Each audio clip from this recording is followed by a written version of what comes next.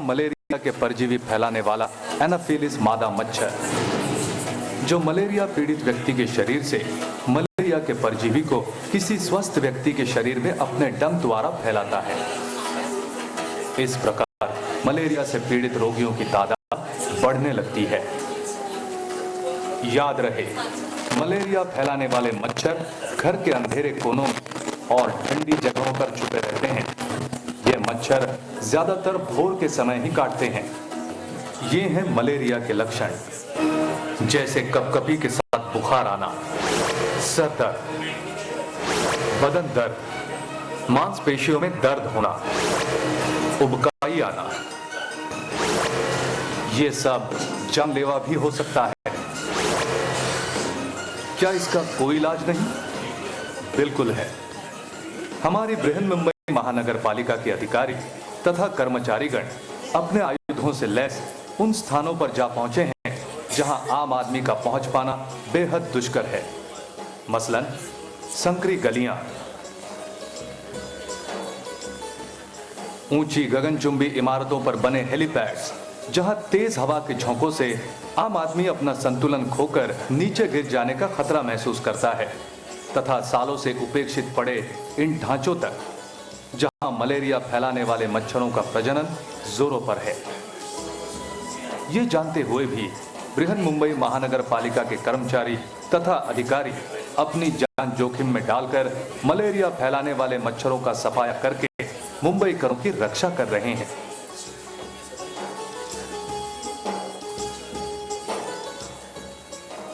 Malaria फैलाने वाले मच्छरों के नेस्तो नाबूद करने के इस अभियान में मुंबई महानगर पालिका के कर्मचारी तथा अधिकारियों ने मुंबई अग्निशामक दल की तथा देश की सबसे ऊंची सीढ़ी स्नॉर्केल के द्वारा उन स्थानों पर भी दवाइयों का छिड़काव किया जहां किसी भी व्यक्ति का पहुंच पाना असंभव था।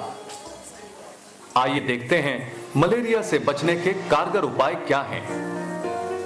मलेरिया फैलाने वाले एनाफिलिस मादा मच्छर अक्सर ठंडी जगह में छिपे रहते हैं तथा साफ सुथरे स्थिर पानी में ही प्रजनन करते हैं। इसलिए बेहतर है कि एसी डक्ट से रिसते पानी को आप वॉल ड्रेन होने दें।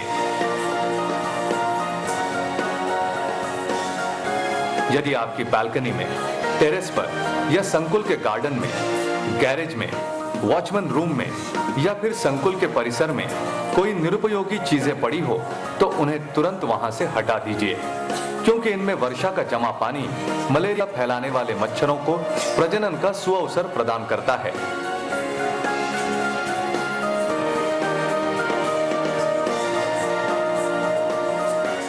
यदि आप टावर की सबसे ऊपरी मंजिल में रहते हैं तो आप ये ना सोचें कि मच्छर इतने ऊपर नहीं आ सकते और हम सुरक्षित हैं, तो ये आपकी सोच बिल्कुल गलत है। महानगर पालिका के कर्मचारियों को इमारत की 36वीं मंजिल पे भी मलेरिया के मच्छरों की मौजूदगी पाई गई।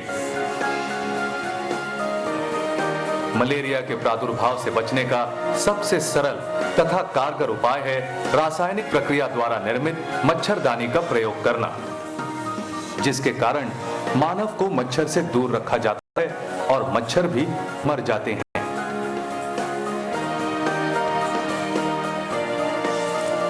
घर के दरवाजे और खिड़कियों पर जाली लगवाकर घर में हो रहे मच्छरों के प्रवेश को प्रतिबंधित करना।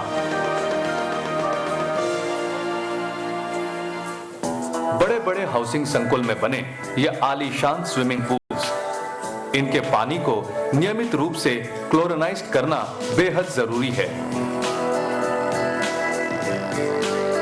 तथा समय समय पर इनके पानी को बदलना भी मलेरिया की रोकथाम के दृष्टिकोण से अत्यंत आवश्यक है।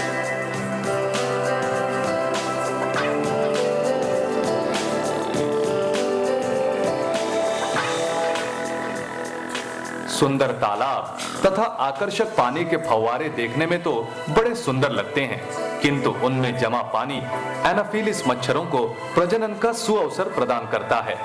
इसीलिए इन कृत्रिम तालाबों में तथा फव्वारों के पानी में गप्पी प्रजाति की मछलियां छोड़ना मलेरिया की रोकथाम के लिए बेहद कारगर सिद्ध हुआ है, क्योंकि गप्पी मछलियां पानी में मौजूद एनाफिलिस मादा मच्छर के अंडों से निकले लार्वा को तुरंत अपना आहार बनाकर उनके जीवन चक्र को खंडित कर देते हैं। मलेरिया उन्मूलन कार्यक्रम के तहत ये गप्पी मछलियां मुफ्त में महानगर पालिका के आरोग्य विभाग से प्राप्त की जा सकती हैं। अपने घर को आकर्षित बनाने के लिए हम तरह तरह की सजावटी वस्तु संग्रह तो कर लेते हैं, लेकिन क्या आप जानते हैं कि इनमें से कई चीजें मलेरिया के प्रादुर्भाव को बढ़ाने में सहायक सिद्ध होती हैं। इन शो पीसेस में tree of Fortune, money plants की तरह के सजावटी प्लांट्स, फ्लावर पॉट्स और अन्य प्लांट्स के नीचे रखे गए डिशेस में जमा हुआ स्थिर पानी ही एनाफिलिस मादा मच्छरों के लिए प्रजनन का स्रोत है। इसीलिए इन प्लांट्स और इनके नीचे डिशेस में जमा स्थिर पानी को बदलना चाहिए।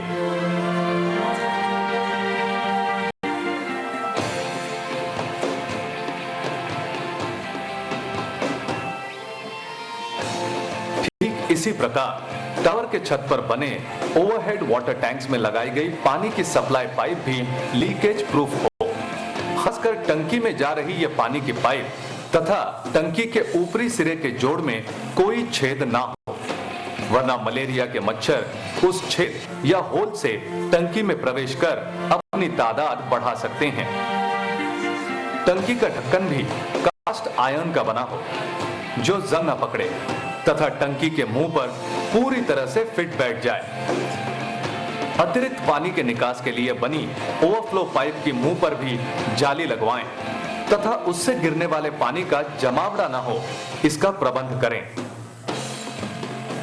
महानगर पालिका ने मलेरिया उन्मूलन के सुझावों तथा उपायों वाले पत्रक सभी हाउसिंग सोसाइटियों में वितरित किए तथा चिपकाए हैं। आपको बस उनका पालन ही तो करना है। और हां, एक अहम बात, यदि आपके घर में किसी को बुखार है तो स्वयं इलाज न करें, तुरंत योग्य पंजीकृत डॉक्टर से ही अपना इलाज करवाएं तथा डॉक्टरों द्वारा दी गई दवाइयों का कोर्स हर हाल में पूरा करें।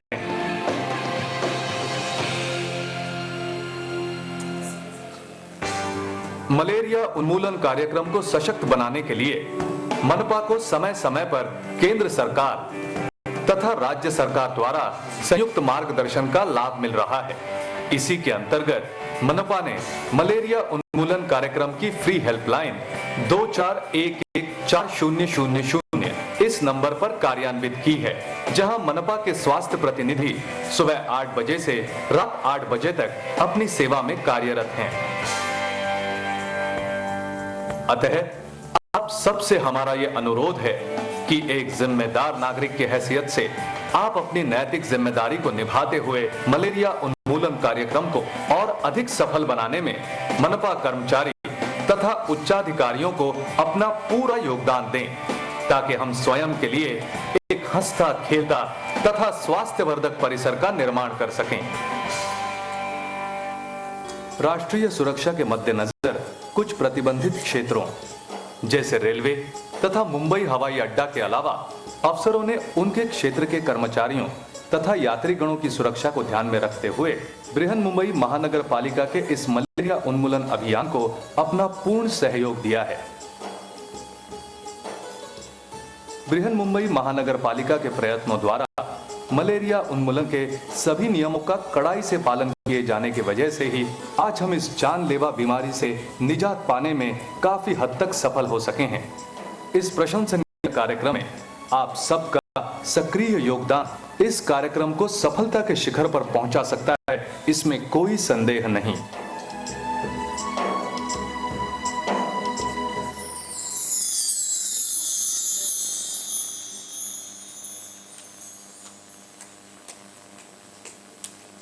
Good afternoon, everybody.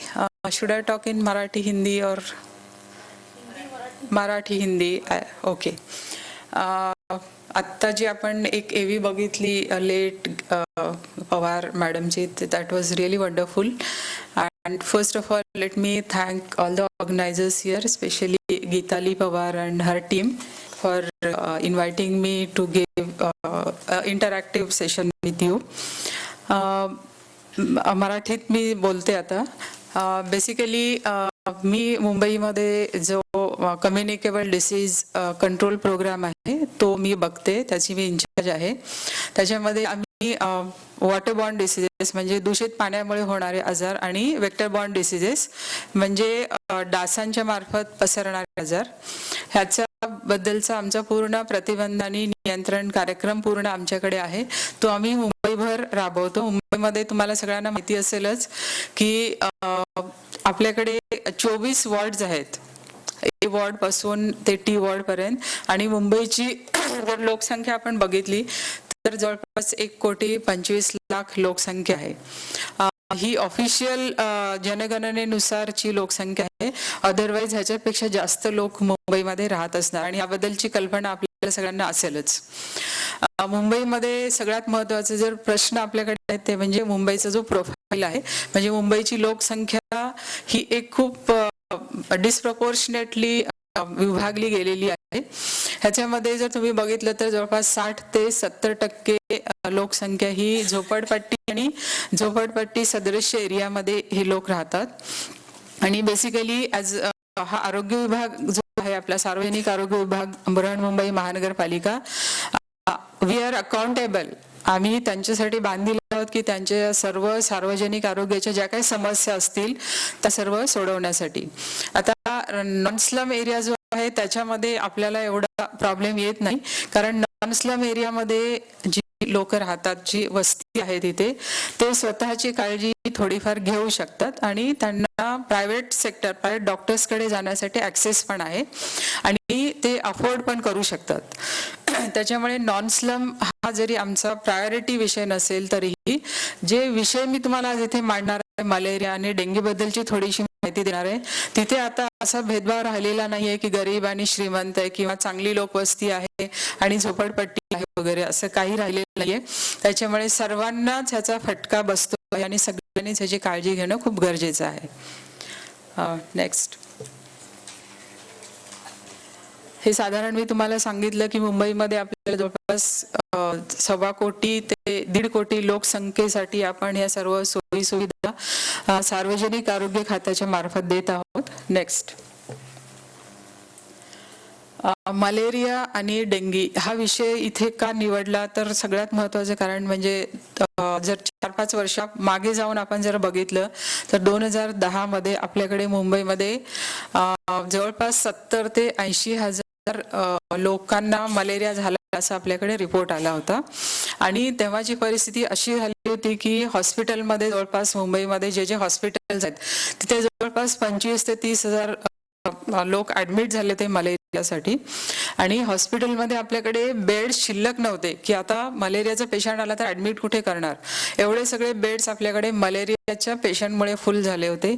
आणि एक वेळ अशी आली होती की म्हणजे आम्ही सगळे म्हणजे जे ऍडमिनिस्ट्रेशन मध्ये त्यांनी बसून असा विचार केला होता की आपल्याला आता एक मेकशिफ्ट हॉस्पिटल बनवायला लागेल केवळ मलेरियाचे पेशंटना ऍडमिट करण्यासाठी. आणि त्या वर्षात आपल्याकडे जवळपास 145 मलेरियामुळे निश्चित मृत्यू ज्याला म्हणतो आपण अशी नोंद आपल्याकडे झाली होती.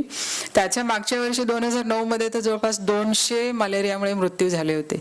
इतकी भयानक परिस्थिती आपल्याकडे 2009 आणि 10 मध्ये मलेरियामुळे झाली होती. त्याच्यानंतर त्याचा आम्ही पूर्णपणे विचार केला, त्याच्या मागे जाऊन पण आपण बघितलं की हे वाढ कशामुळे झाली किंवा आता पुढे काय करायचंय. तर तेव्हा आम्ही सगळ्यांनी असं एक 5 सूत्री कार्यक्रम म्हणजे बृहन्मुंबई महानगरपालिकाचा जो आरोग्य विभाग आहे त्यांनी एक 5 सूत्री कार्यक्रमाचं आयोजन केलं आणि त्याला आपण मुंबई मंत्रा म्हणतो, जो सक्सेसफुली मलेरिया कमी करण्यासाठी आपल्याला उपयोगात आला. आणि अजूनही आपण त्या 5 सूत्री कार्यक्रमाचाच अंमलबजावणी करत आहोत. आणि जे 2010 मध्ये जे आपल्याकडे 76,000 मलेरियाचे पेशंट होते त्यांची संख्या आता मागच्या वर्षी 10,000 पर्यंत आलेली आहे. आता ही जरी एक अभिमानाची गोष्ट म्हणता येईल, पण अजूनही आपल्याला स्वस्थ बसून चालणार नाही, कारण 10,000 जरी असेल तरी तेवढ्याही पेशंटना मलेरिया होता कामा नये किंवा मलेरियाला पूर्णपणे उपचार उपलब्ध असल्यामुळे मलेरियामुळे एकही मृत्यू होऊ नये अशी एक आपला गोल आहे आणि त्याच्यासाठी आपण काम करत आहोत. नेक्स्ट. 2 प्रकारचे मलेरियाचे रुग्ण आपल्याकडे मिळतात. वायरॅक्स प्रकारचा मलेरिया आणि फाल्सीपॅरम प्रकारचा मलेरिया. ह्याच्यामध्ये फाल्सीपॅरम प्रकारचा जो मलेरिया असतो त्याच्यामध्ये कॉम्प्लिकेशन जास्त होण्याची शक्यता असते आणि पेशंटला सेरेब्रल मलेरिया होईल किंवा तो मृत्युमुखी पडण्याची शक्यता पण त्याच्यामध्ये जास्त असते. मुंबईमध्ये जर मलेरियाचे रुग्ण आपण बघितले तर 90% रुग्ण हे वायरॅक्स प्रकारचे मलेरियाचे रुग्ण असतात, जे की तुम्ही औषधोपचार केला तर पूर्णपणे बरे होऊ शकतात. त्याच्यामध्ये मृत्यूचे प्रमाण एवढं जास्त नाहीये जेवढं फाल्सीपॅरम प्रकारच्या मलेरियामध्ये आहे. आता मलेरिया होतो कसा? हा एक अनोफिलस नावाच्या डासांनी चावल्यामुळे हा मलेरियाचा जे जंतू आहेत त्यांचा प्रसार होतो. एक व्यक्ती दुसऱ्या व्यक्तीला मलेरिया पसरवू शकत नाही, हे तुम्हाला सगळ्यांना माहिती आहे का? मलेरिया हा बेसिकली डासांच्या चावण्यामुळे, म्हणजे त्या डासाच्या शरीरात पण हे मलेरियाचे जंतू असले पाहिजेत आणि असा डास जर एखाद्या व्यक्तीला चावला तर त्या डासापासून त्या व्यक्तीकडे हे मलेरियाचे जंतू जाऊ शकतात. एक व्यक्ती आहे, तिला मलेरिया झाला आणि त्याची आजूबाजूला जर दुसरा व्यक्ती असेल तर त्यांना मलेरिया होणार नाही अनलेस त्यांना तो दूषित झालेला डास परत चावेल. त्याच्यामुळे जेव्हा आपण बघतो की माणसापासून माणसाला कधीही मलेरिया किंवा डेंग्यू होत नाही, तर त्याच्यामध्ये कुठेतरी एक वेक्टर जो म्हणतो आपण म्हणजे डास आहे. आता मलेरियाचं बोलत असेल तर अनाफिलस नावाचा डास आहे जो हे जंतू पसरवतो आणि डेंग्यूचा आजार जर आपण म्हटला तर त्याच्यामध्ये एडिस नावाचा डास आहे ज्याच्यामुळे हा आजार पसरतो. नेक्स्ट, आपल्याला जेव्हा जेव्हा आपण मलेरिया किंवा डेंग्यूचा प्रतिबंध किंवा नियंत्रणाबद्दल बोलतो तेव्हा आपल्याला माहिती असलं पाहिजे की आपल्याला नेमकं काय करायचंय. त्याच्यामध्ये आपल्याला एक पहिली महत्वाची गोष्ट आहे की जेव्हा जेव्हा एखादा पेशंट असतो मलेरिया किंवा डेंग्यूचा, तर पहिली तरी गोष्ट आहे की आपल्याला त्या पेशंटला व्यवस्थित औषधोपचार केला पाहिजे आणि पेशंटला पूर्ण बरं केलं पाहिजे. दुसरं महत्वाचं आहे की मी आत्ताच तुम्हाला सांगितलं की हे सगळे आजार जे आहेत ते कीटकांमुळे किंवा डासांमुळे पसरतात. त्याच्यामुळे डासांचं नायनाट करणं किंवा डासांवरती नियंत्रण ठेवणं हे खूप महत्वाचं काम आहे. आता एखादा आजार समजा तुम्ही बघितला की गॅस्ट्रोएंटरायटिस आहे, तर त्याच्यामध्ये आपल्याला त्याचा वेक्टर वेगळा, म्हणजे त्याच्यामध्ये पेशंटला आपण बरं करणार. त्याच्या असं काही नाही की कुठल्या तरी प्राण्यामुळे किंवा कीटकांमुळे होतो असं नाहीये. पण मलेरिया किंवा डेंग्यू हे जे आजार आपण बघतो तेव्हा आपल्याला जेवढी पेशंटची काळजी घ्यायला लागते त्याचप्रमाणे डासांसाठी पण एक पूर्णपणे आपल्याला कार्यक्रम बनवायला लागतो. म्हणून आपल्याला डास कसे तयार होतात आणि डासांचं जीवनचक्र कसं असतं हे माहिती असणं खूप गरजेचं आहे. आता वरती जे दाखवलंय त्याच्यामध्ये तो एक अडल्ट म्हणजे मोठी मादा डास आहे. 1 ते 2 दिवसामध्ये नाही, जेव्हा ही अडल्ट डास आहे तो अंडी घालतो, त्याच्यानंतर ती अंडी जी आहे ते 2-3 दिवसामध्ये त्याचं आळ्यांमध्ये रूपांतर होते, खाली जे आपण लार्वी दाखवलेले आहेत ते, आणि त्याच्यानंतर 4 ते 5 दिवसांमध्ये ते प्युपा बनतात आणि पुन्हा 1 ते 2 दिवसामध्ये पूर्णपणे तो अडल्ट डास परत तयार होतो. आता ह्याच्यामध्ये जे खाली दाखवलेले लार्वा आणि प्युपा हे कदाचित तुम्ही पाण्यामध्ये बघितलं असेल. पाण्यामध्ये ज्या आळ्या म्हणतात ते ह्या डासांच्या आळ्या असतात आणि ह्याच्यामुळे 2 ते 3 दिवसात जर ते बदललं गेलं नाही पाणी किंवा ते तसंच राहिलं तर त्याच्यामधून परत हे डास तयार होतात आणि अशा प्रकारे डासांची पैदास होते आणि त्यांची वाढ होते आणि त्यांचं पूर्ण पॉप्युलेशन वाढत जातं. तर आता हे आपण ह्याच्यावरती नियंत्रण करण्यासाठी आपल्याला जीवनचक्र माहीत असणं खूप गरजेचं आहे. कारण ह्याच्यामधले जर वॉटर स्टॅग्नेशन म्हणजे पाणी जमा होण्याची जी प्रक्रिया आहे तीच जर आपण बंद केली तर कुठेही डासांची पैदास होणार नाही. ह्याच कारणासाठी आपण सगळ्यांना सांगतो की कुठेही 5 ते 6 दिवसाच्या पेक्षा जास्त दिवस तुम्ही पाणी जमा असलेले ते ठेवू नका. ते पूर्णपणे ओतून द्या आणि परत भांडी स्वच्छ कोरडी पुसून त्याच्यामध्ये परत पाणी भरा, जेणेकरून डासांचे हे चक्र बंद पडेल. नेक्स्ट आता मलेरियाची लक्षणं काय आहेत? मलेरियाची लक्षणं काय असतात? सगळ्यात महत्त्वाचं आहे याच्यामध्ये ताप येतो आणि हा तो ताप असतो तो थंडी वाजून ताप येतो. पेशंट रुग्णाला डोकं दुखतं, कधी कधी पोटात दुखतं, उलटी जुलाब हे पण होऊ शकतात, सिव्हिअर बॉडी एक पण होऊ शकतं. पण सगळ्यात महत्त्वाचं लक्षण ह्याच्यामध्ये आहे की रुग्णाला ताप येतो आणि थंडी वाजून ताप येतो आणि डोकं दुखतं. नेक्स्ट,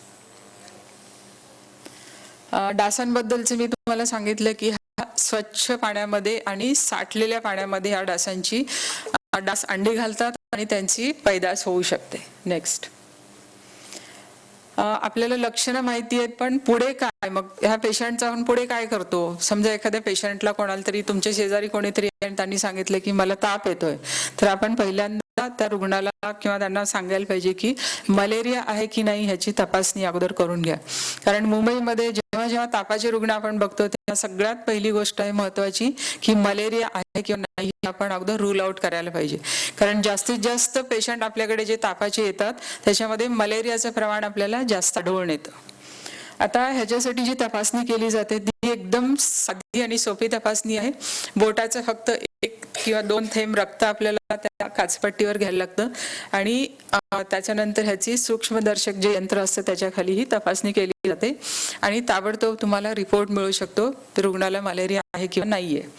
आता ही तपासणी कुठे होते आणि ही सुविधा आपण कुठे कुठे देतो, तर मलेरियासाठी आपल्याकडे पूर्णपणे मी आताच तुम्हाला सांगितलं की स्लम एरियामध्ये मलेरियाचा आपला स्टाफ आहे जे घरोघरी जाऊन पाहणी करतात आणि जर कोणी संशयित मलेरियाचा रुग्ण त्यांना आढळला तर त्याची रक्ताचा नमुना ते घरामध्ये जाऊन घेतात. असं नाही की रुग्णाला किंवा त्या घरच्या नातेवाईकांना कुठेतरी दवाखान्यात जायला लागतं. त्याच्यामुळे ही सुविधा घरोघरी जे स्टाफ येतात त्यांच्याद्वारे उपलब्ध करून दिलेली आहे आणि मग ह्या स्लाइड सगळे आपल्याकडे जी लॅब आहे तिथे तपासणी केली जाते आणि त्याचा रिपोर्ट दिला जातो. पेशंटला जर मलेरिया आहे असं कळलं तर परत त्याच्या घरी जाऊन पूर्णपणे मलेरियाचा औषधोपचार केला जातो. ही सर्व सुविधा आपल्याकडे उपलब्ध आहे. नेक्स्ट, आणि मलेरियाचा औषधोपचार केल्यानंतर तो फक्त 3 दिवस जर औषधोपचार केला तर पेशंटला बरं वाटायला लागतं, त्याचा ताप कमी होतो आणि मलेरियाही कमी होतो. पण सगळ्यात महत्त्वाचं आहे की पुढे जी 14 दिवसाची ट्रीटमेंट असते ती घेणं गरजेचं आहे. ती जर 14 दिवसांची ट्रीटमेंट घेतली नाही तर रुग्णाला पुन्हा 5-6 महिन्यांनी पुन्हा जे लिव्हरमध्ये त्याचे जे पॅरासाइट्स आहेत त्याच्यामुळे पुन्हा मलेरिया होऊ शकतो. ह्यासाठी डॉक्टरनी सांगेपर्यंत आपण औषधोपचार थांबवायचं नाही, हे एक महत्त्वाचं आपण लक्षात ठेवायला पाहिजे. नेक्स्ट, डेंगीबद्दल जर आता सांगायचं तर डेंगी हा जो आजार आहे तो एका विषाणूमुळे होतो. मलेरिया एक परजीवीमुळे होतो. अशा पद्धतीने जर आपण डेंगी बघितलं तर हा एक विषाणूमुळे होणारा आजार आहे. मलेरियामध्ये मी तुम्हाला सांगितलं की पूर्णपणे औषधोपचार त्याच्यासाठी उपलब्ध आहे. पेशंटला मलेरिया झाला असं कळलं तर आपण त्याला पूर्ण बरं करू शकतो, पण डेंगीमध्ये तसं नाहीये. डेंगी ह्या आजारावरती कुठलाही औषधोपचार उपलब्ध नाहीये आणि त्याच्यामुळे जेव्हा जेव्हा डेंगीचे रुग्ण आपल्याला आढळतील किंवा दिसतील तेव्हा त्या रुग्णांना त्यांच्या लक्षणानुसार त्यांच्यावर उपचार करावा लागतो. म्हणजे समजा त्यांचे प्लेटलेट कमी झाले असतील तर त्यांना प्लेटलेट्स द्यायला लागतील, बीपी लो झालं असेल तर त्याप्रमाणे त्यांना आय फ्लुइड्स द्यायला लागतील. अशा पद्धतीने हा उपचार करतो आणि म्हणून डेंगी बद्दलची जास्त आपण काळजी घ्यायला पाहिजे. तर डेंगीचा जो आजार आहे तो एडिस नावाच्या डासांच्या चावण्यामुळे होतो. हा जो डास आहे तो दिवसा चावणारा डास आहे. मलेरियाचा जो डास आहे तो एकतर लेट नाईट किंवा अर्ली मॉर्निंग चावतो आणि हा जो डेंगीचा डास आहे तो दिवसा चावतो आणि एका व्यक्तीला चावतो आणि तो थांबतो असं नाही, तर परत 3-4 वेगळ्या लोकांना पण चावतो. त्याच्यामुळे ह्याला आपण नर्वस बायटर म्हणतो आपण. हा डास एकाला चावतो परत 3-4 जणांना चावतो. त्याच्यामुळे जेव्हा तुम्हाला डेंगीचे पेशंट दिसायला लागतील तेव्हा आजूबाजूला पण बरेच पेशंट आहेत असं लक्षात येतं बऱ्याचदा. त्याच्यानंतर डेंगीचा हा जो डास आहे त्याची जी अंडी असतात ती छोट्या छोट्या कंटेनरमध्ये, छोट्या भांड्यांमध्ये, घराच्या आतमध्ये किंवा घराच्या सभोवताली अशा ठिकाणी हे डास आहेत ते अंडी घालतात. त्याच्यामुळे डेंगीचा जर तुम्हाला रुग्ण आढळला तर तुम्ही अगोदर तुमचं घर तपासून बघा. घरामध्ये कुठे तुम्ही पाणी जमा केलंय का, म्हणजे काय असतं छोटे छोटे कुंड्या ठेवलेल्या असतात त्याच्या खाली प्लेट्स, आता आपण फिल्ममध्ये बघितलं त्याच्यामध्ये हमखास हे जे डास आहेत एडिसचे जे अंडी आहेत ती आपल्याला किंवा लार्वी मिळणार. त्याच्याच बरोबर घरामध्ये तुम्ही बांबू शूट ठेवता किंवा मनी प्लांट आहे किंवा छोटे छोटे ऑर्नामेंटल फाउंटन्स असतात हल्ली, छोटे छोटे कारंजे वगैरे, तर अशा गोष्टींमध्ये हमखास तुम्हाला डेंगीचा ब्रीडिंग मिळणार. त्याच्यामुळे डेंगी पासून जर तुम्हाला प्रतिबंध करायचं असेल तर घरातल्या छोट्या छोट्या वस्तूंमध्ये पाणी जमा होणार नाही किंवा तुम्ही भरलं असेल पाणी ठेवलं असेल तर ते 7 दिवसाच्या आत परत चेंज करणं हे खूप महत्वाचं आहे. डेंगीचे हे जे ह्याचे डास आहेत ते बऱ्याचदा काय होतं, त्यांना समजा पाणी नसेल तर ते ड्राय होऊन राहतात आणि 1 वर्षांनी जरी त्यांना पुन्हा तसं फेवरेबल कंडिशन मिळाली किंवा त्यांना पुन्हा पाण्याच्या संपर्कात आले तर पुन्हा त्याच्यामधून आळ्या तयार होऊ शकतात. हे सुद्धा खूप महत्वाचं आहे. डेंगीची लक्षणं पण साधारणपणे मलेरिया सारखीच आहेत. ताप येतो, थंडी वाजते, खूप सिव्हिअर हेडेक असतो, डोळ्यांच्या मागच्या बाजूला खूप दुखतं, अंगावर कधी कधी रॅश येऊ शकते. जर कॉम्प्लिकेशन झाले तर अंगातून म्हणजे रक्तस्राव होण्याची पण शक्यता असते. डेंगी हा मी तुम्हाला सांगितलं विषाणूमुळे होणारा आजार आहे आणि तो बऱ्याचदा 80% लोकांमध्ये तो स्वतः म्हणजे त्याला सेल्फ लिमिटिंग डिसीज म्हणतात. म्हणजे तुम्ही उपचार नाही केला तरीही 5-6 दिवसामध्ये हा रुग्ण बरे होऊ शकतात. पण असे काही 10 ते 15% रुग्ण असतात ज्यांच्यामध्ये कॉम्प्लिकेशन होतात आणि मग अशा वेळी मृत्यूचा धोका संभवतो. डेंगीच्या ज्या तपासण्या आहेत त्या मलेरिया सारख्या साध्या तपासण्या नाहीयेत. त्याच्यामध्ये जरा वेगळ्या प्रकारची तपासणी करावी लागते आणि ती आम्ही कम्युनिटीमध्ये करू शकत नाही. त्याच्यासाठी आपल्याला त्या रुग्णांना हॉस्पिटलमध्ये किंवा दवाखान्यात यावं लागेल आणि रॅपिड आणि एलायझा नावाची एक तपासणी आहे. त्या तपासण्या केल्यानंतर कळतं आपल्याला की डेंगीचा आजार आहे किंवा नाही आहे. नेक्स्ट. सगळ्यात महत्त्वाचं मलेरिया आणि डेंगी मी तुम्हाला आता थोडक्यात सांगितलेलं आहे. आपण फिल्ममध्ये पण बघितलं. त्याच्यामध्ये स्वतः कुठल्याही प्रकारचं औषध घ्यायचं नाही. मान्सूनमध्ये स्पेशली जेव्हा किंवा एखाद्या व्यक्तीला ताप आला असेल तेव्हा मलेरिया आहे की नाही बघणं पहिलं कर्तव्य आपलं. त्याच्यानंतर डेंगी आहे की नाही हे पण बघायला पाहिजे. लेप्टोस्पायरोसिस किंवा आणखीन इतर आजार असतील तर हे सगळं बघण्यासाठी तुम्ही डॉक्टरकडे जाऊन किंवा डॉक्टरांच्या सल्ल्यानेच पुढचं औषधोपचार करायचं आहे.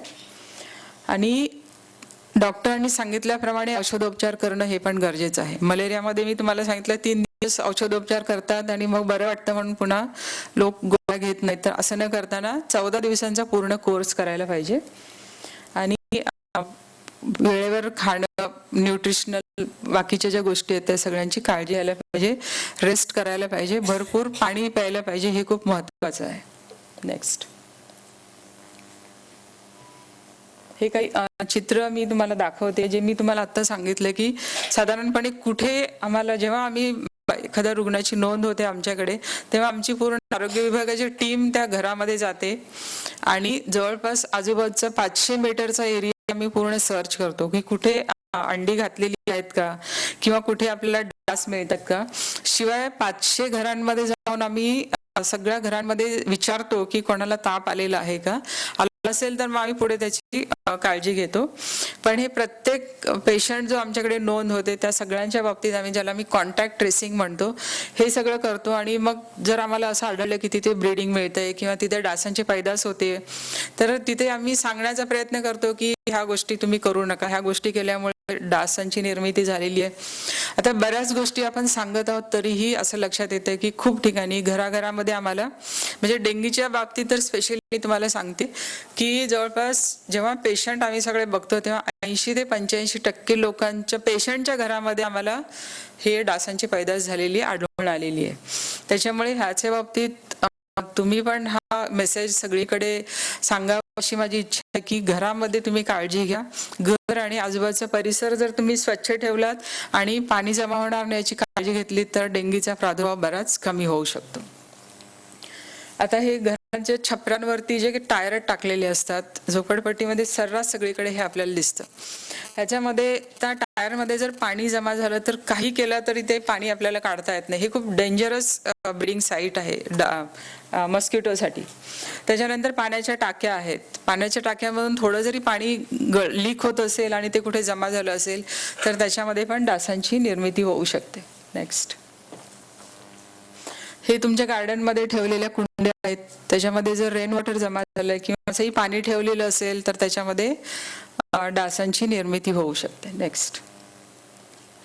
स्विमिंग पूल आहे किंवा कुठलीही वॉटर बॉडी जिथे पाणी जमा आहे, स्टॅग्नंट वॉटर आहे आणि 7 दिवसामध्ये त्याला चेंज केलेलं नसेल तर अशा ठिकाणी डासांची निर्मिती होऊ शकते. भंगार सामान आहे. नेक्स्ट. इव्हन हे थर्माकोल पॅकिंगचं एक पीस आहे पण त्याच्यामध्ये सुद्धा जे छोटे छोटे खड्डे आहेत त्याच्यामध्ये सुद्धा डासांची निर्मिती आम्हाला मिळालेली आहे. नेक्स्ट. नेक्स्ट. हे सगळे चित्र मी तुम्हाला ह्याच्यासाठी दाखवते की आपल्याला वाटतं की आपल्या घरामध्ये असं काही होत नाही. आपण खूप घर स्वच्छ ठेवतो. स्वच्छतेचं आणि डासांच्या निर्मितीचा तसा संबंध नाही. बऱ्याच जणांना वाटतं की अस्वच्छ असेल, कचरा जमा झाला असेल तर मग मलेरिया आणि डेंगी पसरतो. तसं नाहीये. तर स्वच्छ पाण्यामध्ये ऑन द कॉन्ट्री डासांची निर्मिती जास्त होते. सगळ्यात महत्त्वाचं दुसरं आणखीन कन्स्ट्रक्शन साइट्स आहेत. मुंबईमध्ये जर आपण बघितलं तर सगळीकडे बांधकाम चालू आहे. जवळपास 2500 बांधकामाची ठिकाणं मुंबईमध्ये तुम्ही कधी बघितलं तर काही ना काहीतरी छोटं मोठं तिथे बांधकाम चालू असतं. आणि बांधकामाच्या ठिकाणी पाण्याचा खूप वापर केला जातो आणि पाणी जमा असतं, त्याच्यामुळे तिथे पण डासांची निर्मिती होऊन मलेरिया आणि डेंगीचा प्रसार तिथूनही होऊ शकतो. नेक्स्ट, हे आता मी तुम्हाला परत नाही सांगणार. फिल्ममध्ये हे दाखवलं होतं की आपण बरेच जण सोसायटीमध्ये राहतो किंवा मध्ये राहतो, तर आपल्या टावरच्या वरती टेरेसवर एक टाकी नक्कीच असते पाण्याची, ओव्हरहेड टँक ज्याला म्हणतो. तिथे बऱ्याचदा आम्हाला जेव्हा आमची माणसं पेस्ट कंट्रोल ऑफिसर तिकडे इन्स्पेक्शनला जातात तेव्हा त्यांना तिथे डासांची निर्मिती झालेली दिसते. तर हे आपल्या सगळ्यांचं कर्तव्य आहे की आपल्या घराच्या वरती टेरेसवर जेवढ्या काही टाक्या आहेत पाण्याच्या त्या मॉस्किटो प्रूफ आहेत की नाही बघायला पाहिजे. तर ते काय असतं, सगळ्यात महत्त्वाचं म्हणजे टाकीला एक शिडी असली पाहिजे, जेणेकरून कोणालाही जर वर जाऊन बघायचं असेल तर बघता आलं पाहिजे. वरती जे झाकण लावलेलं आहे ते बिडाचं झाकण असलं पाहिजे आणि एअर टाईट झाकण असलं पाहिजे. नाहीतर छोटं छिद्र जरी असेल तर त्याच्यामधून डास आतमध्ये जातो आणि अंडी टाकतो. झाकण उघडण्यासाठी आणि बंद करण्यासाठी त्याला हिंजेस असले पाहिजेत.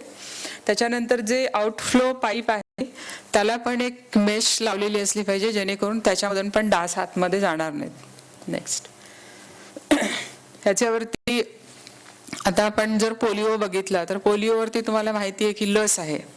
पोलिओची लस आपण सगळे म्हणतो ना, 2 बूंद जिंदगी के, तर ती लस उपलब्ध आहे. त्याच्यामुळे आपण पोलिओचं पूर्ण निर्मूलन करण्यात यशस्वी झालेले आहोत. पण तसं मलेरिया आणि डेंगीमध्ये नाहीये, त्याला कुठली लस उपलब्ध नाहीये. डेंगीमध्ये तर उपचार सुद्धा उपलब्ध नाहीये. नेक्स्ट, आता मी परत फक्त शॉर्टमध्ये तुम्हाला सांगते की ह्या सगळ्या आजारांपासून जर तुम्हाला बचाव करायचा असेल तर सार्वजनिक आरोग्य खातं हे काम करतच आहे, पण शेवटी वैयक्तिक सुरक्षा नावाची पण एक गोष्ट आहे जी आपल्याला सगळ्यांना माहिती असली पाहिजे. वैयक्तिक सुरक्षेमध्ये आपण काय करणार, सगळ्यात महत्त्वाचं जेव्हा जेव्हा तुमच्या घराच्या आजूबाजूला डास आहेत असं लक्षात येतं तेव्हा शक्यतो फुल स्लीव्ज क्लोथ्स वापरले पाहिजेत. लहान मुलं आणि प्रेग्नंट लेडीजनी जास्त काळजी घ्यायला पाहिजे, कारण त्यांच्या शरीरातली इम्युनिटी कमी झालेली असते. जेव्हा केव्हा ते झोपतात तेव्हा त्यांनी मच्छरदाणीचा वापर केला पाहिजे. त्याच्यानंतर हल्ली मार्केटमध्ये बरेच रिपेलंट्स आपल्याकडे अवेलेबल आहेत, त्याचा तुम्ही वापर करू शकता. कॉइल्स आहेत वेगवेगळे, त्याचाही वापर करून तुम्ही डासांना पळवून लावू शकता. नेक्स्ट, नेक्स्ट, नेक्स्ट, घरांच्या तुमच्या खिडक्यांना तुम्ही ते जाळ्या लावून घेतल्या पाहिजेत, जेणेकरून बाहेरचे डास तुमच्या घरामध्ये आतमध्ये येणार नाहीत. मच्छरदाणीचा वापर, इव्हन आपल्याकडे मच्छरदाणीला मॉस्किटो ते इन्सेक्टिसाइड इम्प्रेग्नेशन करून दिलं जातं. म्हणजे ज्या मच्छरदाण्या नॉर्मल मच्छरदाण्या असतात त्याला औषध लावून त्याच्यावर प्रक्रिया करून पण दिलं जातं आणि अशी मच्छरदाणी तुम्ही 6 महिन्यापर्यंत वापरू शकता. नेक्स्ट, नेक्स्ट, हे वैयक्तिक सुरक्षा खूप महत्त्वाची आहे. बाकीचे जे वेक्टर कंट्रोल ऍक्टिव्हिटीज आहेत ते आम्ही करतच आहोत, पण त्याच्याही शिवाय जर आपल्याकडे डासांची पैदास होत असेल आणि त्याच्यामुळे आपल्या घरात डास झालेत म्हणजे आपल्यालाच त्रास होतो असं नाही, तर शेजाऱ्यांना पण त्याच्यामुळे आजार होऊ शकतो. सगळ्यात शेवटी आपल्याकडे बृहन्मुंबई महानगरपालिकेचं एक ऍक्ट आहे, त्याच्या अंडर सुद्धा आपण लोकांवरती कार्यवाही करू शकतो. पण ही खूप शेवटची स्टेप आहे आणि ही वेळ शक्यतो येऊ नये असं आपल्याला वाटतं. त्याच्यामुळे आपण वैयक्तिक सुरक्षा आणि जर तुम्हाला ताप आला असेल तर लवकरात लवकर डॉक्टरकडे जाऊन औषधोपचार करणं हे सगळ्यात गरजेचं आहे. तुमच्या घरातले जे जे काही कंटेनर्स आहेत त्याच्यामध्ये सुद्धा औषध टाकण्यासाठी आमच्या कार्यकर्ता येतात आणि घरातली सगळी कंटेनर्स जी पाणी भरून ठेवलेली असतात त्याला घट्ट झाकण लावलेलं असलं पाहिजे आणि नाहीतर तुम्ही स्वच्छ कपड्याने ते बांधून तरी ठेवलेलं असलं पाहिजे. नेक्स्ट,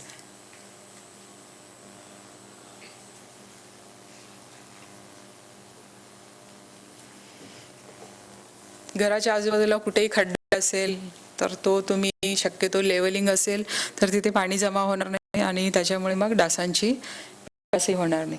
अशा प्रकारचे पोस्टर्स तुम्ही बाहेर पण बघितले असतील किंवा तुम्ही एरियात जर जात असाल तर तिथेही आम्ही ठिकठिकाणी असे पोस्टर लावलेले आहेत ज्याच्यामध्ये आम्ही माहिती दिली आहे की काय करायला पाहिजे आणि काय नाही करायला पाहिजे.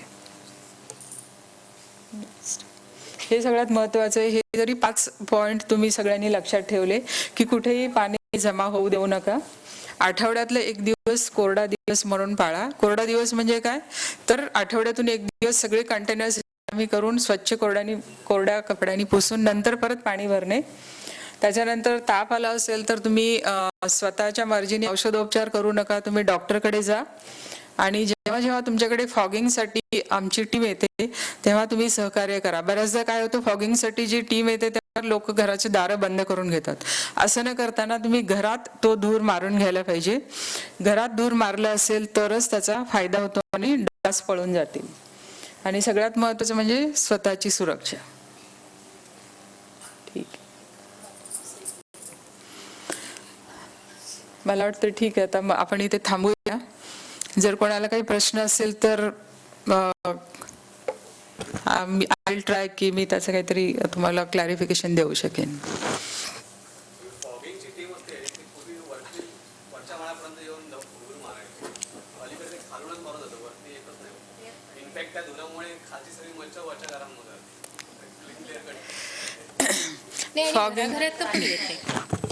मी तुम्हाला आत्ताच सांगितलं की स्लम एरिया आणि स्लम लाईक एरिया ही आमची प्रायोरिटी आहे. आता नॉन स्लम एरियामध्ये डास जर असतील तर शक्यतो ब्रीडिंग कुठे ना कुठेतरी असणार, त्याची आपण जास्त काळजी घ्यायला पाहिजे. आणि जर तुम्हाला असं वाटत असेल की इंडोर ब्रीडिंग इंडोर फॉगिंग एवढं अगदी पूर्ण टावरमध्ये पॉसिबल नाहीच आहे, तेव्हा ते काय करतात जिथे ब्रीडिंग मिळण्याची शक्यता आहे किंवा जिथे वॉटर स्टॅग्नेशन असण्याची शक्यता आहे अशा ठिकाणी फॉगिंग करतात आणि ग्राउंड फ्लोअरला ते करतात. पण जर तुम्हाला असं मॉस्किटो न्यूसन्स असेल किंवा असं काही प्रॉब्लेम लक्षात आला असेल तर तुम्ही स्पेशली त्या टीमला सांगा. अदरवाईज नॉन स्लम एरियामध्ये प्रत्येक घरामध्ये जाऊन फॉगिंग होत नाही, पण स्लम एरिया आणि स्लम लाईक एरिया पूर्णपणे कव्हर केला जातो. जर मॉस्किटो न्यूसन्स असेल असं लक्षात आलं किंवा तिकडे काही केसेस आहेत असं लक्षात आलं तर एक्स्ट्रा एफर्ट्स डेफिनेटली घेतले जातील. पण मग ह्याच्याकरता कुणाला कॉन्टॅक्ट करायचा? प्रत्येक वॉर्डमध्ये आपल्याकडे मेडिकल ऑफिसर ऑफ हेल्थ आणि पेस्ट कंट्रोल ऑफिसर हे 2 जणांची टीम आहे आणि त्यातल्या कोणालाही तुम्ही कॉन्टॅक्ट केला तरी तुम्हाला ते मदत करतील. मॅडम, स्लम विभागामध्ये जो रस्त्यालगत ज्या झोपड्या अनधिकृत वगैरे असेल त्यांना शौचालय वगैरे अशी व्यवस्था नसेल तर लहान मुलं रस्त्यावरच अशी व्यवस्था म्हणजे मी असं अशा ठिकाणी आम्ही प्रवास करतो सकाळी शाळेत जाताना वगैरे, तर जी लहान मुलं असतात तिथेच आपला सकाळचा शौच, तिथेच बाजूला जेवण आणि सगळं असं असताना महानगरपालिका काही व्यवस्था करते का तिथे फॉगिंग वगैरे? ऍक्च्युअली तुम्ही जो प्रश्न विचारलाय ना तो जास्त रिलेटेड आहे बाकी आजारांसाठी. हा प्रश्न जास्त येतो जेव्हा पोलिओचं जर आपण बोललो असतो तर त्याच्यामध्ये, कारण हा पोलिओ जो आजार आहे तो फिकोरल रूट आहे, त्याच्यामुळे असं जे उघड्यावर शौच बसतात त्यांच्यामुळे हे पसरण्याची शक्यता असते. मलेरिया आणि डेंगी हे बेसिकली आजार जे आहेत ते डासांच्या चावण्यामुळे पसरतात, घाणीमुळे किंवा ओपन डेफिकेशन मुळे नाही पसरत. बरं, त्याच विभागामध्ये जर मार्ग किंवा रस्ता खड्डे वगैरे असतील तर त्यासाठी काय व्यवस्था केली जाते? एक स्लाइड ऍक्च्युअली माझ्याकडे आणखीन स्लाइड आहे. मुंबईमध्ये मलेरिया कंट्रोल करण्यासाठी मी तुम्हाला अगोदर सांगितलं एक 5 पॉइंट प्रोग्राम बनवला, मी पंचसूत्री कार्यक्रम म्हणतो. त्याच्यामध्ये फक्त रुग्ण आणि रुग्णांची काळजी एवढंच येत नाही तर त्याच्यामध्ये इंटरसेक्टोरल आणि इंट्रासेक्टोरल कोऑर्डिनेशन हा खूप महत्त्वाचा भाग आहे. आता इंटरसेक्टोरल कोऑर्डिनेशन आणि इंट्रासेक्टोरल कोऑर्डिनेशन म्हणजे काय तर ह्याच्यामध्ये इंजिनिअरिंग डिपार्टमेंट पण येतं. रस्त्यावर जर खड्डे असतील, खड्ड्यात पाणी जमा झालं असेल तर तिथे पण डासांची निर्मिती होणार. पण आता रस्ते खराब आहेत, खड्डे आहेत तर त्याचं हेल्थ डिपार्टमेंट ऍक्च्युअली काही करू शकत नाही. पण आम्हाला जर असं लक्षात आलं की काही एरियामध्ये खूप मलेरिया आणि डेंगीचे पेशंट वाढत आहेत, तर प्रॉबेबल कुठे ब्लीडिंग आहे हे आम्ही जरा बघतो की नेमकं कुठून आपल्याला हे मिळतंय, आणि अशा वेळी मग आम्ही त्या डिपार्टमेंटला तसे रेफरन्सेस पाठवतो. आता मला 2010-11 मध्ये असं लक्षात आलं की कन्स्ट्रक्शन साईटला खूप मलेरियाचे पेशंट आहेत. आता कन्स्ट्रक्शन साईटला कशामुळे होत आहे, तर क्युरिंगसाठी तिथे पाणी वापरलं जातं, बेसमेंटमध्ये पाणी असतं, लिफ्ट पिट्समध्ये पाणी असतं, आणि तिथे हेल्थ डिपार्टमेंट जाऊन काय करणार ना, कारण ते सगळं इंजिनिअरिंग डिपार्टमेंटचं काम आहे. अशा वेळी आमचं जे बिल्डिंग प्रपोजल डिपार्टमेंट आहे त्यांना आम्ही रेफरन्सेस पाठवलेले आहेत आणि त्यांना स्टॉपवर नोटिसेस देऊन साईट करेक्शन पण करून घेतलेलं आहे. हे खूप इम्पॉर्टंट आहे. फक्त हेल्थ डिपार्टमेंट किंवा एक डॉक्टर किंवा क्लिनिशियन हे मलेरिया किंवा डेंगी कंट्रोल करू शकत नाही. त्याच्यासाठी आपल्याला टीममध्ये सगळ्या प्रकारची व्यक्ती पाहिजेत. इंजिनिअरिंग डिपार्टमेंट असेल, पेस्ट कंट्रोल आहे, डॉक्टर्स आहेत, पॅरामेडिकल स्टाफ आहे आणि ॲडमिनिस्ट्रेटर्स पण आहेत. स्लम विभागामध्ये जो कचऱ्याचा डबा असतो, काही रहिवासी असे असतात की तो कचरा त्या डब्यात न टाकता बाहेर टाकतात, आणि महानगरपालिकेचे कामगार तो पडलेला कचरा न उचलता गाडी जी येते फक्त ते डबे भरलेले असतात तेच घेऊन जातात, बाकीचा कचरा. आता हा तुम्ही थोडा वेगळा प्रश्न विचारला, तरीही एक सिटीजन नागरिक म्हणून मला ह्याचं नक्कीच उत्तर द्यायला आवडेल. कचरा टाकणं हे सुद्धा म्हणजे काय म्हणतात त्याला, त्याच्यामध्ये एक शिस्त असायला पाहिजे. लोक वाटेल तसा कचरा टाकतात, तर हे आपण कुठेतरी थांबवायला पाहिजे. सफाई कामगार आहेत ह्याचा अर्थ असं नाही की त्यांनी सगळं आपण घाण करणार आणि त्यांनी सगळे उचलायचे, असं नाही. तर हे 2 वे प्रोसेस आहे, आणि ऍक्टिव्ह पार्टिसिपेशन कुठल्याही प्रोग्राममध्ये असल्याशिवाय कुठलाच प्रोग्राम सक्सेसफुल होत नाही. आता आपण 2 ऑक्टोबरला सगळ्यांनी शपथ घेतलेली आहे की आपण असं कुठेही कचरा टाकणार नाही, कचऱ्याच्या डब्यातच कचरा टाकू, इतर ठिकाणी कुठे कचरा कोणी टाकत असेल तर आपण त्यांना परावृत्त करू वगैरे वगैरे. तर हे पण इम्पॉर्टंट आहे ना, म्हणजे आपण प्रत्येक प्रश्नाचं उत्तर असं मिळणार नाही की लोक वाटेल तसं बेजबाबदारपणे वागतील आणि फक्त कोणीतरी ऑथॉरिटीनी ते सगळं करायचं, असं होत नाही. स्पेशली इन पब्लिक हेल्थ जे प्रोग्राम आम्ही राबवतो त्याच्यामध्ये लोकांचा सहभाग खूप महत्वाचा आहे. लोकांचा सहभाग नसेल तर कुठलाच प्रोग्राम सक्सेसफुल होणार नाही. भले किती तुमच्याकडे मॅनपॉवर आहे, किती तुमच्याकडे बजेट आहे, किती तुम्ही कामं करताय, तरी शेवटी लोकांनी ते अंगीकारायला पाहिजे की आपल्याला कुठेतरी डिसिप्लिननी वागायचं आणि मार्गदर्शक सूचना ज्या आहेत त्याच्याप्रमाणे करायला पाहिजे. त्याच्याशिवाय हे होऊ शकत नाही.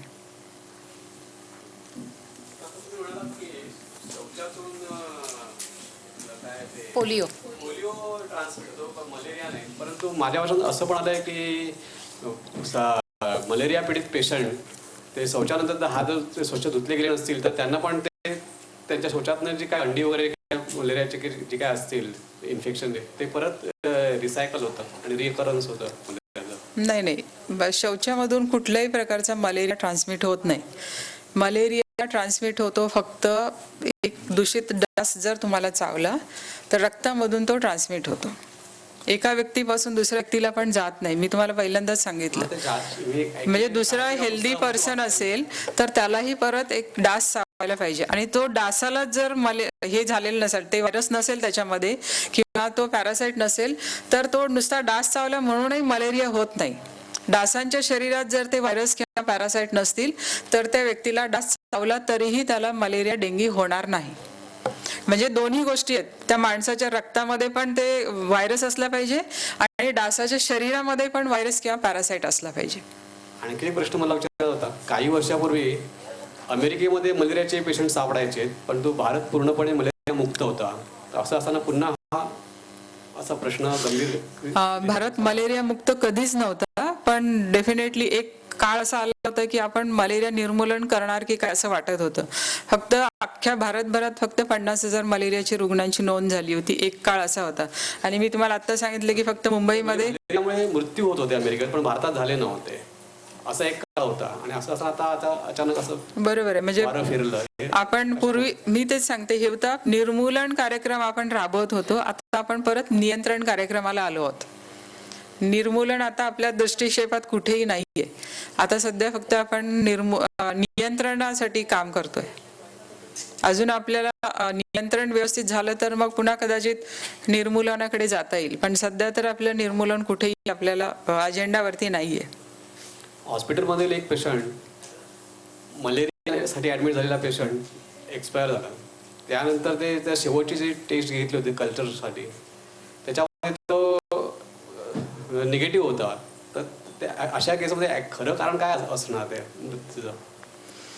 आता जे जे काय मृत्यू होतात त्याच्यामध्ये बऱ्याचदा मलेरियाचा असेल, डायग्नोज झाला असेल तर तो मलेरियाचा म्हणून डॉक्टर सर्टिफिकेट देतात आणि ते आमच्याकडे त्याची नोंद घेतली जाते. त्याच्यानंतरही असे जे संशयित मलेरिया मृत्यू आहेत त्यांचे सगळ्यांचे आम्ही परत अभ्यास करतो. आमच्याकडे एक कमिटी आहे, एक्सपर्ट कमिटी, त्यांना आम्ही ते सबमिट करतो आणि खरंच हा व्यक्तीचा मृत्यू मलेरियामुळेच झालाय की कशामुळे झालाय त्याच्यावरती चर्चा होते आणि फायनल त्याचं एक कन्क्ल्युजन काढलं जातं. ही चर्चा कोणामध्ये होते? हे आता आपल्याकडे एक कमिटी आहे त्याच्यासाठी, म्हणजे committee for investigation of suspected malaria deaths. त्याच्यामध्ये जे डॉक्टर्स आहेत, आपले डायरेक्टर ऑफ हेल्थ सर्व्हिसेसचे त्याच्यामध्ये प्रतिनिधी आहेत, त्याच्यानंतर आपल्याकडे इन्फेक्शियस डिसीज कन्सल्टंट आहेत ते आहेत, असं गायनेकॉलॉजिस्ट आहेत, पेडियाट्रिशियन आहेत, असे एक 10-12 जणांची ती कमिटी आहे. पण हे तर म्युनिसिपल हॉस्पिटल झालं असेल डेथ तरच ते त्या चर्चा सत्रावर होत असेल. प्रायव्हेटमध्ये झालं तर त्याची प्रायव्हेटमध्ये झाली असेल तरीही त्याचा रिपोर्ट वॉर्ड लेवलला मेडिकल ऑफिसर ऑफ हेल्थकडे येतो किंवा जर मेजर हॉस्पिटल्स असतील तर आमच्याकडे जे 7 नियंत्रण कक्ष आहे त्यांचे आमच्याकडेही रिपोर्ट येतो आणि अशा केसेस पण आम्ही त्या लिस्टमध्ये इन्क्लूड करतो. त्या डेट केसमधला डेथ नंतर तो कल्चर सारखा जो रिपोर्ट नंतर देतो तर तो रिपोर्ट हॉस्पिटलने घेतलाच नसेल तर कसं कळणार? बेसिकली मलेरियामध्ये कल्चर करण्याची गरज नाही पडत. मलेरियामध्ये एकतर तुम्ही ब्लड टेस्ट करा, स्लाइड मी आता तुम्हाला दाखवली तशी, किंवा अँटीजेन टेस्ट करतात, ती रॅपिड टेस्ट आहे, किंवा क्वचित PCR टेस्ट पण करतात. पण कल्चर वगैरे करण्याची गरज नाही पडत आणि कल्चरमध्ये तुम्हाला काही मिळणार पण नाही. कल्चर वेगळ्या कारणासाठी केलं जातं, मलेरियासाठी नाही. माझ्या माहितीमध्ये मलेरियासाठीच केलं होतं, रिकरन्स होत होतं त्या पर्टिक्युलर पेशंटच्या.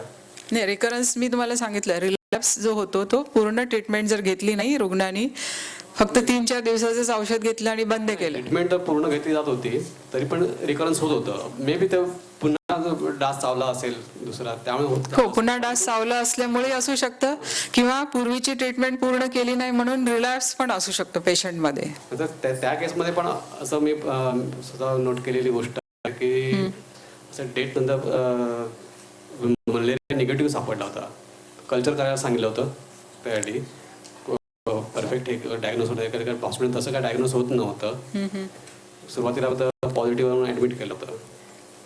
त्या केस मलेरियामध्ये असं आहे ना की त्या पेशंटच्या समज खरोखर चर्चा आली तर पेशंटच्या रिलेटिव्हजना वगैरे पण विचारलं गेलं असं ना, रिपोर्टचं काय होतं, काय आला रिपोर्ट वगैरे, तसं काय झालेलं दिसत नाहीये.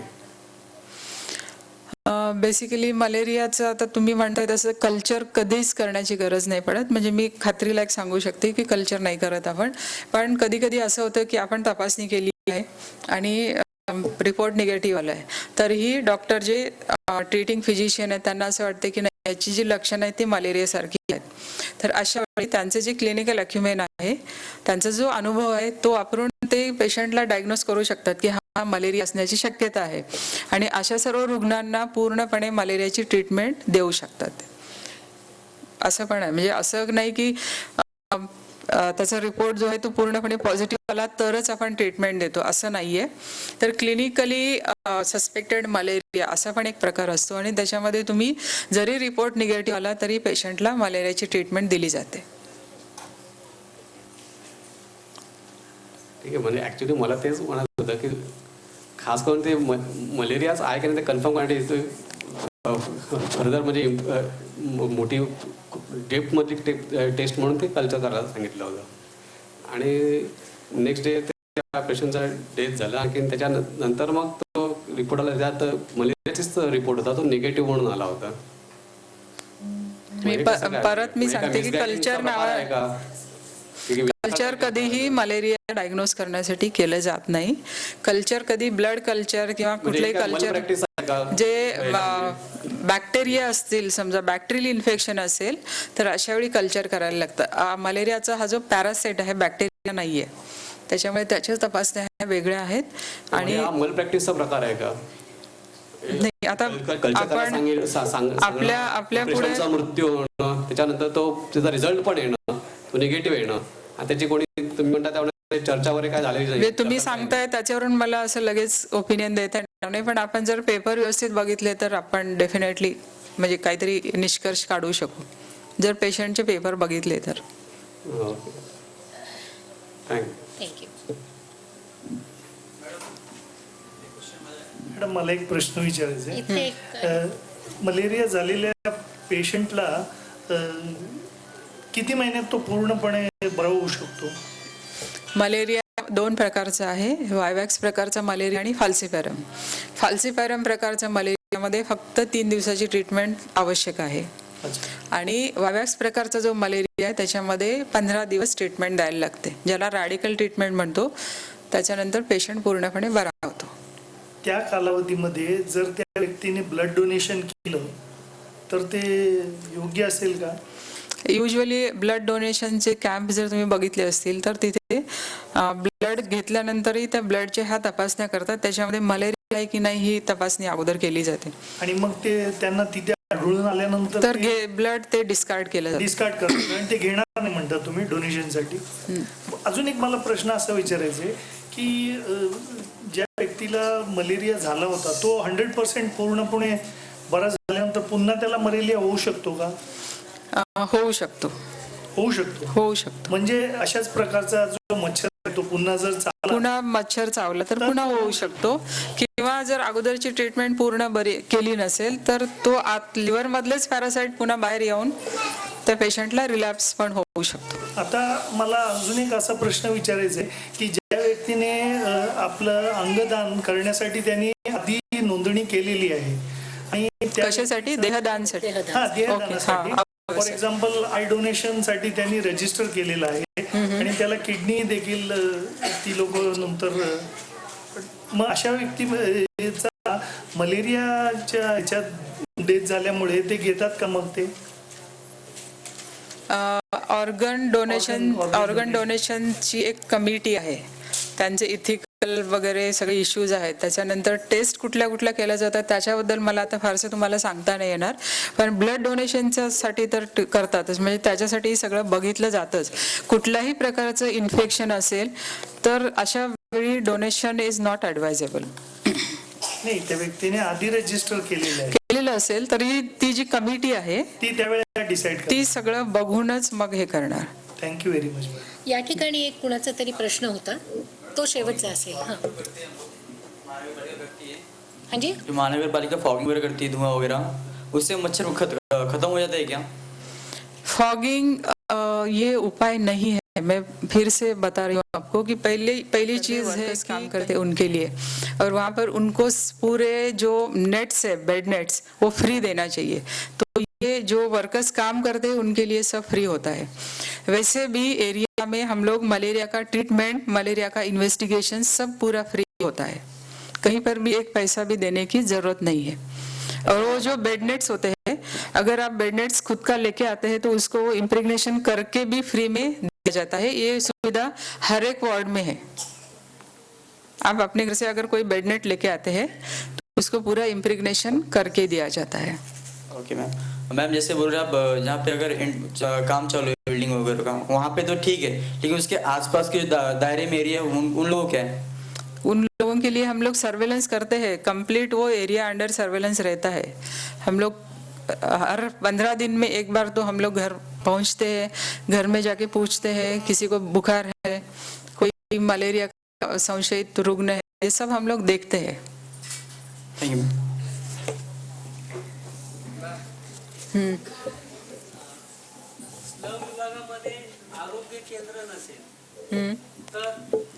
आरोग्य केंद्र नसेल तरीही आमच्याकडे मलेरिया सर्वेलन्स डिपार्टमेंट आहे आणि त्यांचा आमचा जो मलेरिया इन्व्हेस्टिगेटर्स आहेत ते दर 15 दिवसातून झोपडपट्टी विभागामध्ये ते जातात, हाऊस टू हाऊस व्हिजिट करतात आणि प्रत्येक घरामध्ये तापाचा रुग्ण असेल तर त्याची स्लाइड घेतली जाते.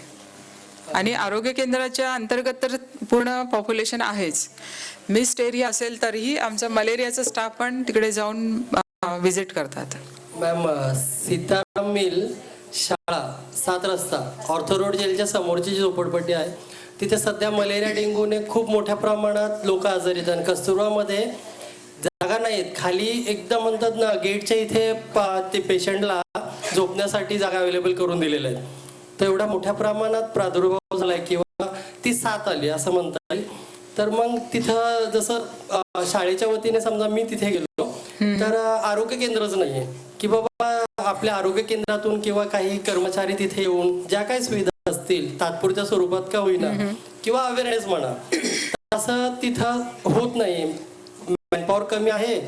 आरोग्य केंद्राचं शिवालय म्हणून जे काही आरोग्य केंद्र आहे ते लांब आहे, त्याच्यामुळे पण काही प्रॉब्लेम्स आहेत का? नाही, आरोग्य केंद्र जरी लांब असेल सगळ्यात महत्त्वाचं तुम्ही म्हणताय की कस्तुरबा हॉस्पिटलमध्ये जागा नाही, असं अजिबात नाहीये.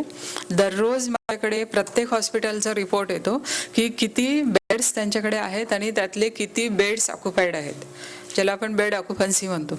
तर असं कुठल्याही हॉस्पिटलमध्ये असं झालेलं नाही आहे आजपर्यंत की पेशंट आलाय आणि त्याला ॲडमिट करण्यासाठी बेड अवेलेबल नाही आहे.